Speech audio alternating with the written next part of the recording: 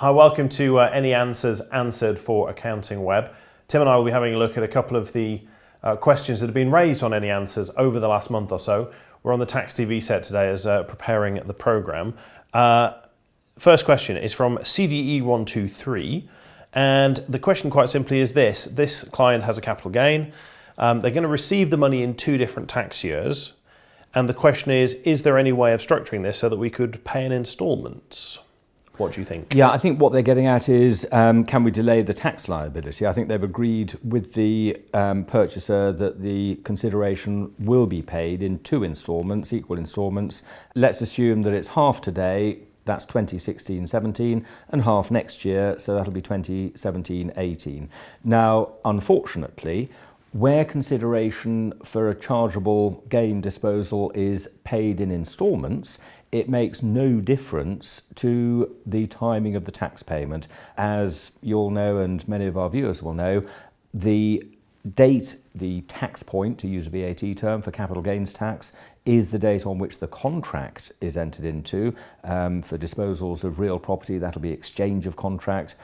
For other disposals, it's whenever the contract is made, could even be an oral contract, and that's only overridden if the contract is subject to some external conditions, such as the obtaining of planning permission. And here there's no suggestion of that. And so if the contract is entered into today, then the whole of the gain is a chargeable gain for 16-17, and the whole of the tax liability will fall due on the 31st of January 18, irrespective of when the consideration is received. Now, that's different from the treatment of contingent consideration, and we all remember Maron versus Ingalls, and where there is contingent consideration that is unascertainable because it depends on some eventuality in the future, we have to value that and bring it in to the initial disposal, but then have a second disposal of that contingent right when that falls in. But that's not happening here either. There is, of course, a special rule for cases of hardship.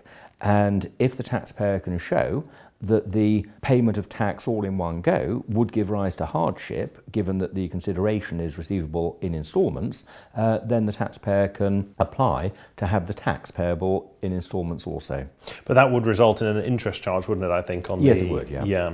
Of course, one option that would be open is to take half of the gain, or half the proceeds, as cash, and half as a qualifying loan note, a QCB, because by doing that, you would be able to move the repayment of the loan into the following year, and it would be at that point that that element of the gain would become chargeable. So if you had a gain of, let's be very clear on this, £22,000 in total, I'll take half as cash, half as a loan note. The first half would be chargeable immediately. That would be £11,000 covered by the annual exemption. The second half would be taxable at the moment of the loan note being cashed in.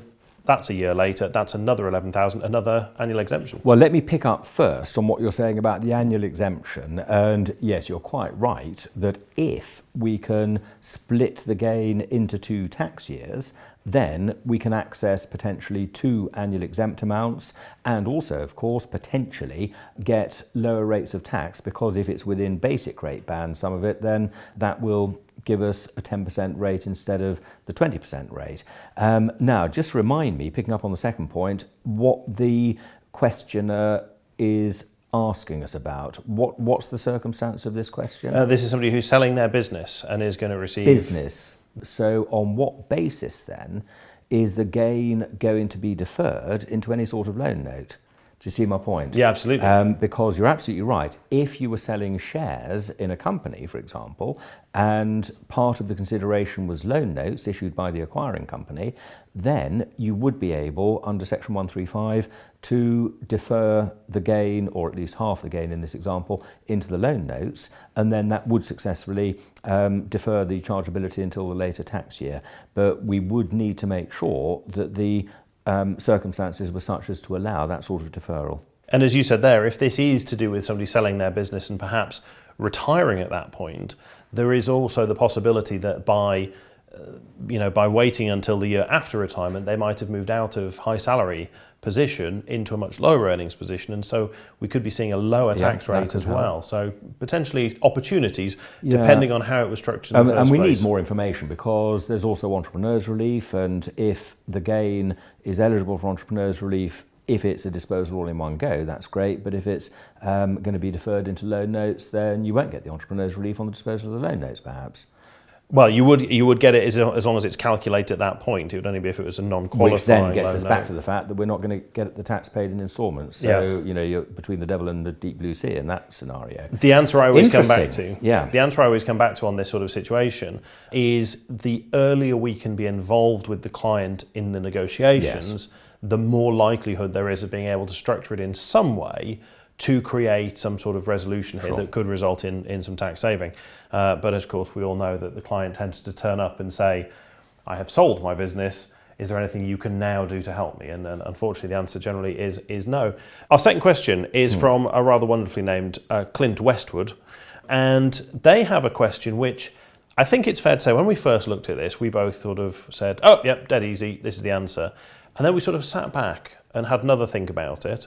And actually, it's not as straightforward as a lot of people will think. The numbers involved somebody receiving a chargeable event gain of £50,000 and a capital gain of £20,000. Now, the immediate reaction, of course, is, well, chargeable event gains, we're normally looking at income tax, so that's going to fill up my personal allowance, my basic rate, and all that sort of thing. I would then be pushed into the higher rate for my for my capital gain after annual exemption, so that would be at 28%. But in fact, the answer is probably not true. Well, the question relates to the 2015-16 tax year, and so you were right to refer to 28% as the capital gains tax rate for higher rate taxpayers.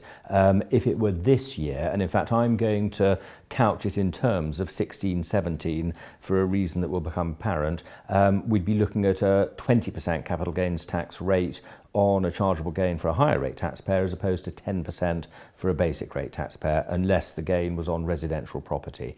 Now, suppose this year you have a £50,000 chargeable event gain and a £20,000 chargeable gain before the annual exempt amount of £11,100. That of itself reduces the £20,000 down to £8,900. So we're looking at the question of whether the £8,900 excess over the annual exempt amount for capital gains tax is taxed this year at 20% or at 10%. And that is answered by asking, what spare basic rate band do we have? Now, the chargeable event gain arising on the encashment of a single premium non-qualifying life policy, and this one was a UK policy, so carries a basic rate credit, that chargeable event gain, despite its name, is, as we all know, taxed as income. So in the first instance, it looks like you've got 50,000 of income, clearly no spare basic rate band, therefore the answer would be 20%. But life is never that simple. Top slicing relief comes into play. And we have to ask, how many years is it that the policy has run for? And the answer in the question was 10 years. And so for the income tax calculation, we divide the 50,000 by 10, which reduces it to 5,000. And where it's reduced to 5,000, that then means that the whole of the chargeable event gain slice is covered by the personal allowance this year of 11,000, and the whole of the basic rate band, 32,000, is therefore available against chargeable gains. And given that the chargeable gain is only 8,900, that means that it will be taxed at 10% this year, not at 20. For 15-16, which is what Clint Westwood was asking about, the answer is 18%, not 28. And it was interesting that I think the question says that he's put it through Sage tax return software and they've come up with 18%. At the moment, the only answer posted to this one was from Tim Vane, whom I've known for many years, comes to our courses down in Crawley. And Tim has simply said, yeah, that's right. And he is right. I ran it through Absolute Accounting's top-up tax return software because I thought, blimey, I wonder if we've got it right. And the answer is we've got it right too. So I think it's pretty universal amongst the tax software. I mean, it must be because they've got to go through all the validation procedures with the revenue. But it does. I mean, it surprised me when I looked at it because my initial reaction was the same as yours and the questioner and Clint. But the answer is take the 50,000, and then actually interesting. Suppose it had been a $500,000 chargeable event gain, spread over 10 years, divide it by 10. That's 50,000. Now, in that case, the slice does absorb the whole of the basic rate band, and so the chargeable gains would all be pushed up into a higher rate.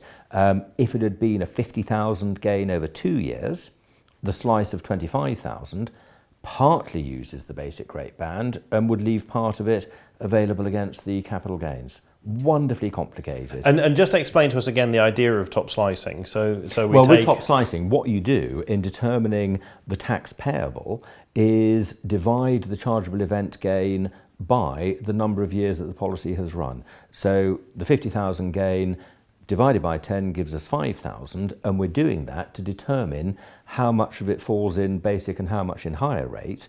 And that then, in this case, means that none of it is taxed at higher rate. What I hadn't fully appreciated until researching this answer is that that slice is also used for determining how much of the basic rate band has been used and how much is left available for capital gains.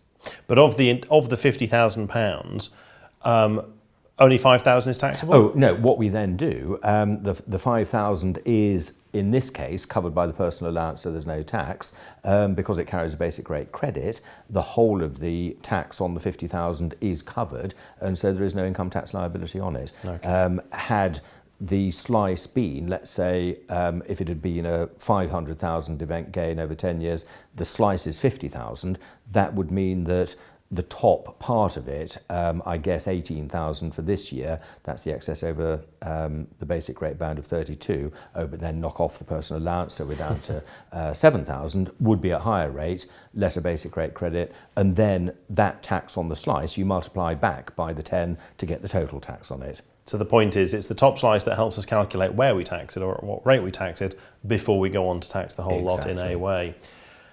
Hugely complicated, just the sort of thing it is entirely reasonable to ask a question about on Any Answers, and hopefully we will be able to help you understand it on Any Answers Answered. We will be back after the summer with more of your questions. Have a wonderful summer, and we look forward to seeing you at the end of August. Bye-bye.